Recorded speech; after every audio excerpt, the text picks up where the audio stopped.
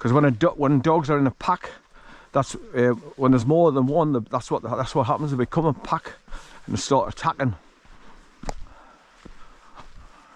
And him being on his own, trying to defend himself.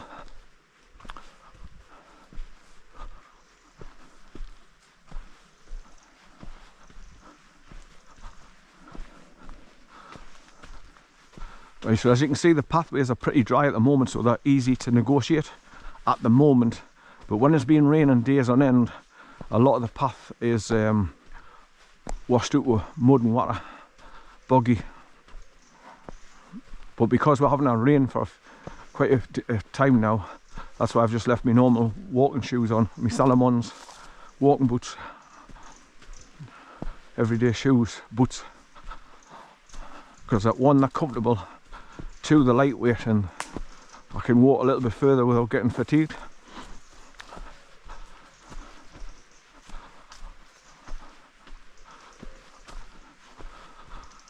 Right, the next noticeable thing that you walk along through here, you cross over a little tiny brook coming from the right. So there's 3 heavy duty railway sleeper wood across the ditch to help you get across.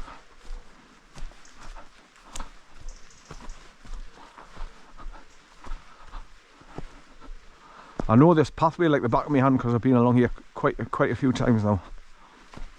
And I keep coming back because it's a lovely walk. It's not far to drive, it's only 20 odd miles for me to where I parked the car in the church at the back of the in Ovington.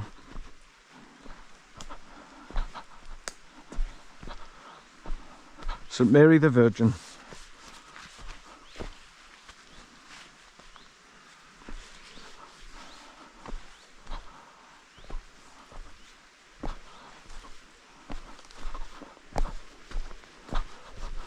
I watched my videos that I made when I came here in January 2025, and when I was struggling to get over the aqueduct at the top end where the A69 motorway is, because it was just caked in mud. There was broken trees across the pathway, so I had to clamber through them. Right, here's a good place where you can throw a stick in for your dog as well. Let him go in for a drink. Right, come here, son, come on, go and get a drink. Go and get a drink, go on, go and get it, son, go and get it. Go and get it, son. Good boy, son. Good boy. How it? Go and get it, son. Go and get it. Good boy. Go and get it, son. Where is it? Where is it? Yeah, go and get it, son. Good boy, son. good boy. He couldn't resist going in the water. He was looking for places to go in, and he thought, fuck it, I'm just going to jump in. There's no stones or bits of sticks here to throw in from though. Go and get it, son. Go and get it. Go and get it, son. Where is it? Where is it? Go and get it, son. Go and get it. Where is it? Where is it? Where's your stick? Where's your stick? Good boy, son. Right, come on, because I want to get away and do the walk before anybody comes. How? Right, come on, we're going up here. Come on up here. So that's just another place where you can go and do. There's several places where you can get close to the water and easy access to go down the embankment into the water.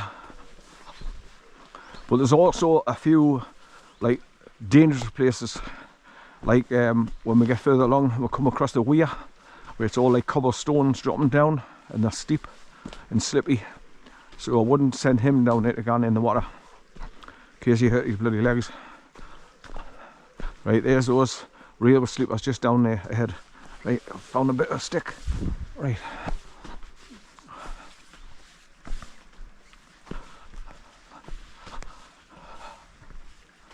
Right, these just help you get across this little bit of a tiny little stream that's coming from the right there. And this is the flooded area where there's always water around here, where all these trees are. And this little brook comes down, goes underneath these railway sleepers, and goes down there to join the main WHITTLEDENE burn. You can just hear it trickling. Right across these railway sleepers.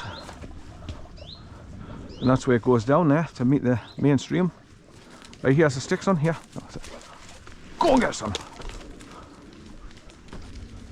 Get son, good boy, good boy. He's happy as Larry, come on. Happy as Larry. And your son, are you happy as Larry? Come on, Howie, come on, we're going now. Come on, Howie. Good boy, son, good boy.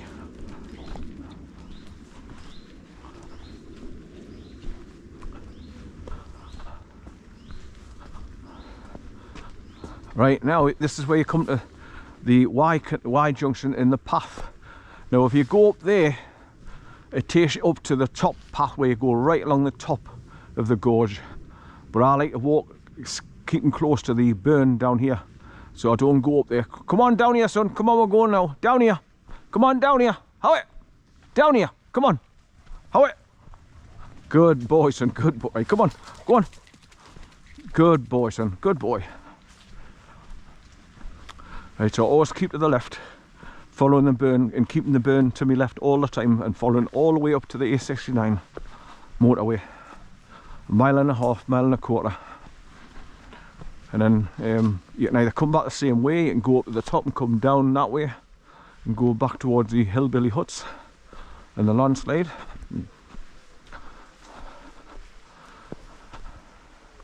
But I'm actually thinking about coming back a different way once I get onto the aqueduct. Instead of coming back along the other side as usual, I might go right up to the top and then go along the farmer's fields so far along, just as a change of scenery. I don't know, but that means I've got to put him on a leader and keep him on a leader, because you go across farmer fields then and you may have sheep or cattle.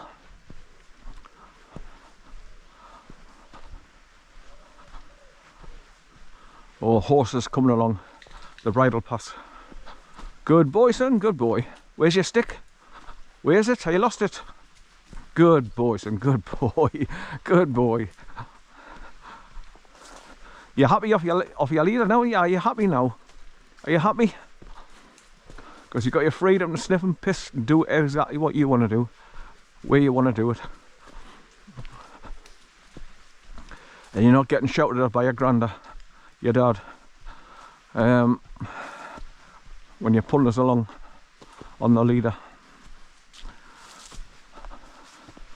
Right, the next notable thing that you come across on this pathway here is what I call the little well. It's a circle of stones built across a metal grating going through down into the ground, and there's an unusual tree grown up from that just beyond it as you go further onto the pathway, and that's where the weir is down to the left after you pass the little, I call it the little well. Good boy, son, good boy. I like to see him scratch because it keeps his claws down, well worn down. He hasn't got long claws. They haven't got time to get long because he's every time he comes to it, he's scratching the ground. So he's naturally wearing down his claws. He does it himself, so I don't have to worry about going to the vets and getting them cut, or trying to do it myself.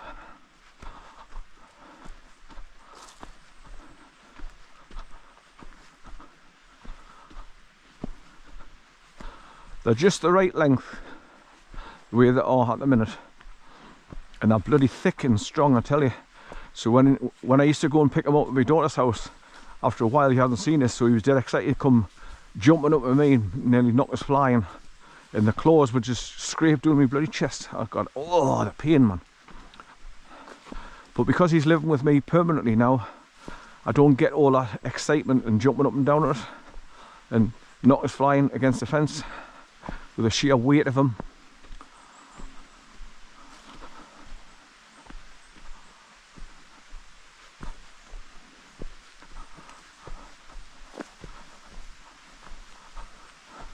When I took him on, I says, give us 2 to 3 weeks and I'll have him calm down altogether. He'll be doing as he's told, he'll be walking slower and not pulling as much. And sure enough, I've had him for about 3 weeks now, 4 weeks. And he's a much better, easier, more controllable dog. Settled right down, because he's out every day.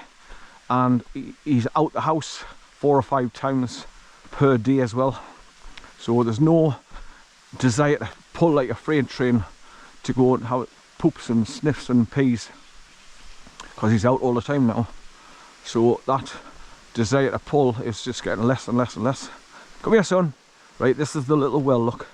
So you look down and you can see the metal grate, and there's like a 3-foot hole underneath the ground there, and this is where the weir is. You go down there and you see they're just like cobblestones going down on an angle, and the water goes cascading down there. Good boy, son, good boy. Right, I'll just go down here and show you. Try not to slip or fall.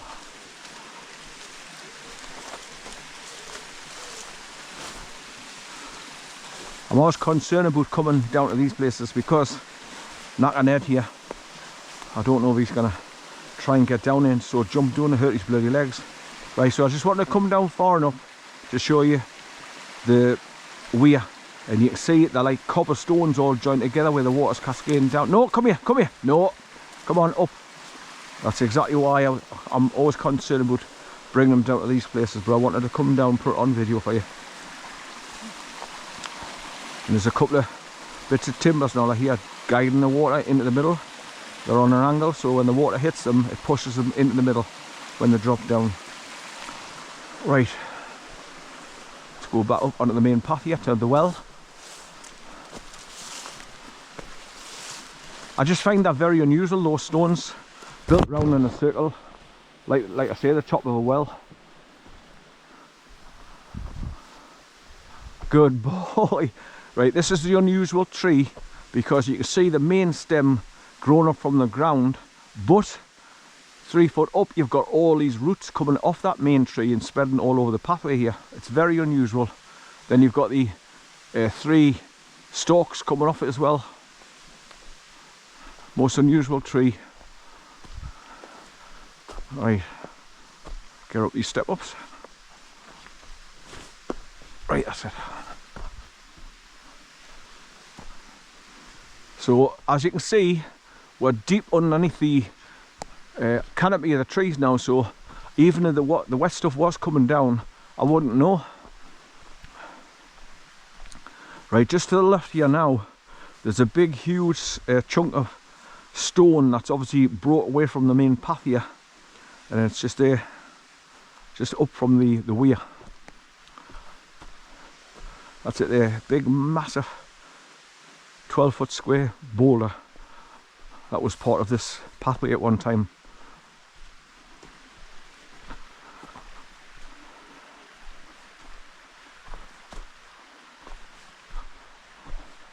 Now the last time I came along here, there was new bits of boardwalks that took you across some of the really bad swampy areas, so I'll check them out again going along here.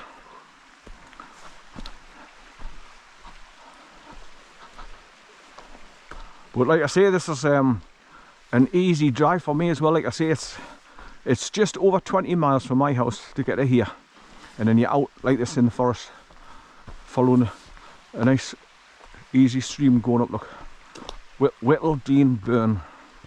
That's WHITTLE, WHITTLEDENE, D-E-N-E, WHITTLEDENE burn in Ovingham. This clusters Hexham.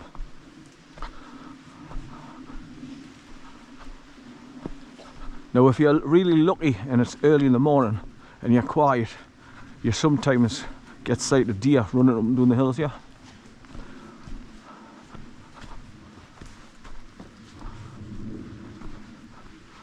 Like I say, you have to be lucky to catch them on video. That's another reason why I like to use the GoPros, because you're recording all the time, so if they just flash past you in a split second, at least you catch sight of them and hopefully get it on video. Sometimes when they're stopping and hear you and they look at you, that's when you can get them on video. But you can see why I love to come here with a dog. It's alright at the moment because I'm early in the morning and there's not a lot of foot traffic here with dog walkers yet. But you do get a lot of dog walkers coming along here, so human traffic can build up a bit. Right, this is where the path drops down, And then you've got a really sturdy bridge that goes across the burn further down here. It's got a concrete base and metal handrails where it goes across the burn down here to the left. And like I say, I know these paths that well now because I've come here that many times. I know exactly what's coming up. And there's the bridge down there.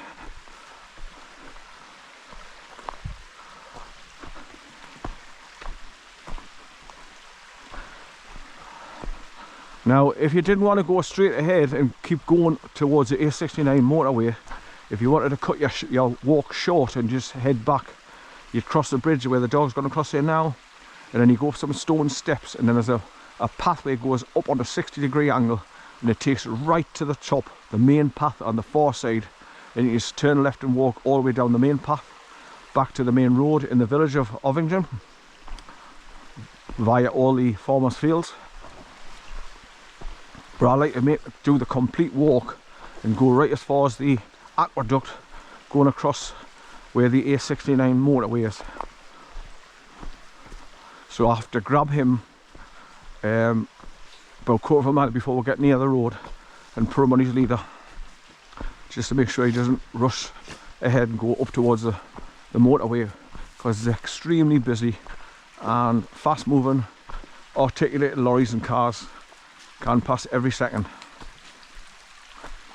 Right, so here's an open place now. Now this is the area where the burn goes right round in a horseshoe, half circle, goes right round, and people used to camp close to the water in the horseshoe at the back there. A lot of the camps have been dismantled now and knocked down, or overgrown and forgot about. But I've been coming here, like I say, for years, so I remember everything, how it was set up and where people used to camp and that. I mean, a lot of the time they would just bring a tarp and tie it to the trees and sleep under the tarp and put a few fallen tree logs around in a square and build a fire pit. Just have an open air campfire, which is great. So you can sleep under the stars and look up at the sky and see all the stars on the night time when it's pitch black here. Right, now there's a set of steps go up there to the right, and that's another way to go up the pathways and takes you up to the top main path along the top, right next to the farmers' fields. But once again, I don't want to go up there next to livestock or people or roads, so I tend to stay down here all the time. But I'm just showing you that's an alternative way to go up there. Bikers come down here, screaming down here to go along that way to the bridge. People on pedal bikes, mountain bikes. Right, but this is where I just continue along the main path, look. And I'll just point out the area where people used to camp, just on this, where the burn, like I say, goes away from you. As you can see, it's about 70 yards away at the minute. And people used to just go over there and build open air camping areas.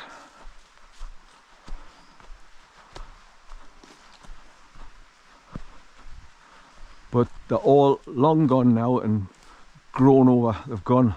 You don't see them anymore. He's just up ahead, 200 yards. Keep an eye on it, see where he's going and what he's doing.